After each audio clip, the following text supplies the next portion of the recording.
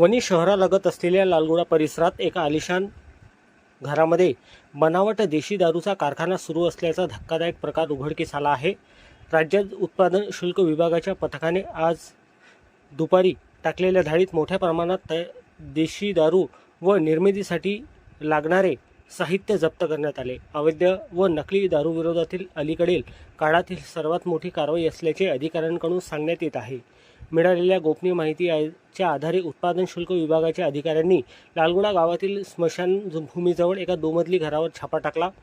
तपासादरम्यान घरातील लाकडी दिवाण व अलमारीमधून रुपेश संत्रा ब्रँडचे बनावट स्टिकर लावलेले 90 मिली क्षमतेच्या देशी दारूच्या तब्बल 36 प्लॅस्टिक पिशव्यांमध्ये भरलेल्या सुमारे 3600 नीप जप्त करण्यात आल्या। या मुद्देमालाची किंमत अंदाजे 1,62,000 रुपये असल्याचे सांगण्यात आले।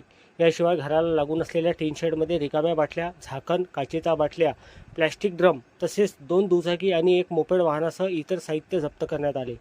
कारवाई दरम्यान पथकाला घरातील लाकडी दिवाणामध्ये लपून बसलेला एक युवक आढळून आला। त्याला ताब्यात घेऊन चौकशी केली असता या बनावट दारू कारखान्याचा मालक श्याम भरत मेश्राम असल्याची माहिती समोर आली। अटक करण्यात आलेल्या युवकाने आपले नाव सूरज लोळे राहणार वेळाबाई असे सांगितले। दरम्यान मुख्य आरोपी श्याम मेश्राम हा कुटुंबासह फरार झाला असून त्याचा शोध सुरू आहे। ही कारवाई उत्पादन शुल्क निरीक्षक पांढरकवडा PS बोठारे, भरारी पथक प्रभारी निरीक्षक DS त्रिपाठी, उपनिरीक्षक SL बोडेवार, SM बुटले तसेच यवतमाळ येथील उपनिरीक्षक DD वाळके आणि त्यांच्या सहकाऱ्यांनी संयुक्तरित्या केली। या संदर्भात अजून तपास पथकाची कारवाई सुरू आहे।